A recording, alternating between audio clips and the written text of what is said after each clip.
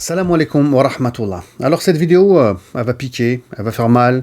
Il y a des gens, ils vont pas être contents. Le nafs, il va prendre un coup, mais il faut dire la vérité.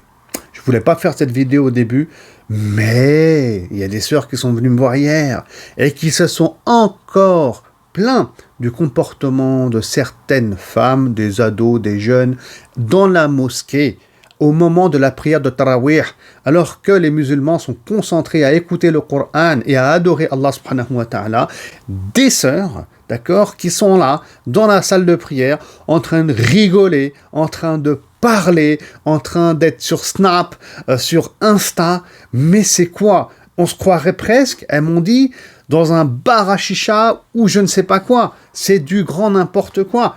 On est dans une mosquée, dans une maison d'Allah subhanahu wa ta'ala. Alors j'entends bien ici, ouais, misogyne, il a un problème avec les femmes. Non, c'est un constat. J'ai vu plusieurs vidéos sur les réseaux sociaux de sœurs qui se plaignent de ce comportement. Et dans le réel, je peux vous assurer, Allah subhanahu wa ta'ala, il en est témoin. Il y a des sœurs qui sont venues me voir, me raconter des choses précises de ce qui se passe dans telle et telle mosquée. Donc c'est une réalité, et ça s'est aggravé depuis l'année dernière. Quant aux hommes, oui, ils vont parler, ils font un peu de bruit, ils sont remis en place par ceux qui organisent les choses à la mosquée, et puis les choses se passent plutôt bien.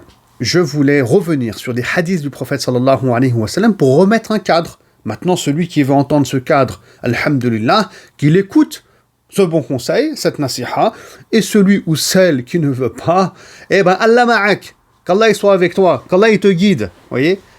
Mais yawm al-qiyamah, Allah il te jugera par rapport à ton comportement sur Snap. Non mais c'est un truc de fou.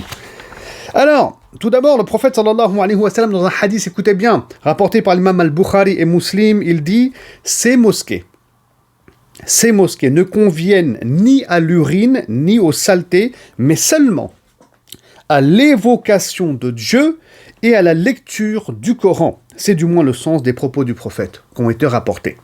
Alors ici, on ne va pas parler, bien entendu, du fait qu'on n'urine pas dans la mosquée, qu'on ne crache pas dans la mosquée, etc. C'est pas ça le sujet. Moi, ce qui m'intéresse dans ce hadith, c'est que la mosquée, comme il dit le prophète sallallahu alayhi wa sallam, c'est pour le dhikr, l'évocation d'Allah et la lecture du Coran. Et bien entendu, dedans, on va intégrer la salat, on va intégrer des conférences, tout type de rappel. Donc, ils peuvent être multiples. Mais c'est pas un lieu où on se pose. C'est pas un lieu, du coup, où on va rigoler et faire n'importe quoi. Même que le prophète aussi, sallallahu alayhi wa sallam, il a interdit la vente, le business au sein de la mosquée. Parce que c'est pas du tout le lieu. Et puis aussi, une fois un homme s'est levé, tout ça c'est authentique, et s'est plaint, il a perdu quelque chose, il est en train de le chercher, et le prophète il a dit qu'il ne le trouve pas, parce que c'est pas le lieu, c'est un lieu de quiétude. On ne doit pas déranger les autres dans la mosquée, qui sont là pour adorer Allah. Vous voyez ? Et donc, parler, rigoler, faire du bruit, Snap, Insta, et rigoler, et on parle du mariage, et je sais pas quoi, encore, c'est pas le lieu. Et d'ailleurs, si je devais donner un petit conseil aux mosquées de manière générale, pour essayer de contrer ce phénomène, c'est de faire peut-être des buvettes, des petites buvettes, où les gens ils peuvent parler, s'asseoir, discuter, beaucoup plus loin, par rapport à la salle de prière, afin que les gens ne soient pas dérangés. Comme ça, on peut les orienter vers ces buvettes-là. Je veux dire, le Omar ibn al-Khattab, radiallahu ta'ala anhu, lui-même, lorsqu'il a agrandi la mosquée alors qu'il était calife, il avait fait comme un petit lieu comme ça, juste à l'extérieur de la mosquée, où les gens ils pouvaient se poser pour discuter. Pour parler business, pour boire du thé s'ils le voulaient. C'était collé à la mosquée, mais à l'extérieur, parce qu'il y avait une volonté que les gens tendent vers la mosquée, vous voyez.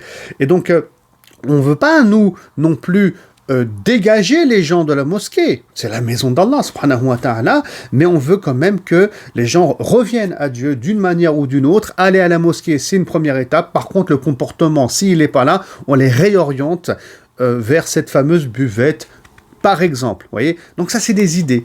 Et on les incite à prier la prière de Tarawih, parce que c'est pas un bar non plus, la mosquée. Un autre hadith ici, sur lequel je voudrais m'arrêter, c'est quand le prophète sallallahu alayhi wa sallam a dit, c'est rapporté par Muslim, que celui qui a mangé de l'oignon, de l'ail et du poireau, eh ben, n'approche pas notre mosquée car les anges subissent ce que subit l'être humain. Vous voyez? Et donc, le prophète sallallahu alayhi wa sallam, si vous voulez, il ne voulait pas que les gens aient des mauvaises odeurs. Qui viennent de la bouche, l'odeur de l'ail, etc. Donc toute mauvaise odeur n'est pas la bienvenue à la mosquée. Et donc on va quand même s'habiller proprement, on va mettre du parfum, mettre des chaussettes aussi qui sont propres. On fait attention, c'est ce qu'on va comprendre ici. On va se brosser les dents, on fait attention à notre hygiène pour pas gêner les gens qui sont autour de nous. Par conséquent, le fait de crier, de rigoler et d'être au téléphone et je ne sais pas quoi encore, tout ça c'est des choses qui nuisent aux gens qui sont autour de nous. Donc ça va dans le même sens, ça va complètement dans le même sens. Et puis subhanallah ici, le prophète sallallahu alayhi wa sallam il a dit car les anges subissent ce que subit l'être humain. Et donc quand on est là, dans la mosquée, en train de faire son malin, de rigoler, de je ne sais pas quoi encore, et que les gens, ça les nuit, il faut savoir que les malaïkas, les anges sont là. Eux aussi subissent cette nuisance et ils sont en train d'écrire tout ce qu'on est en train de faire, tout ce qu'on est en train de dire, toute cette nuisance. Et ça, ça va faire mal, Yawm al-Qiyamah.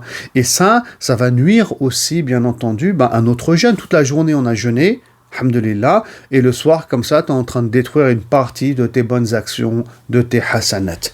Bon, chacun fait ce qu'il veut. Moi, j'ai prévenu. Il y a des hadiths du prophète sallam qui parlent de cette nuisance à la mosquée et on doit s'en méfier car le prophète sallam a certes dit vrai. Salam alaikum wa rahmatullah.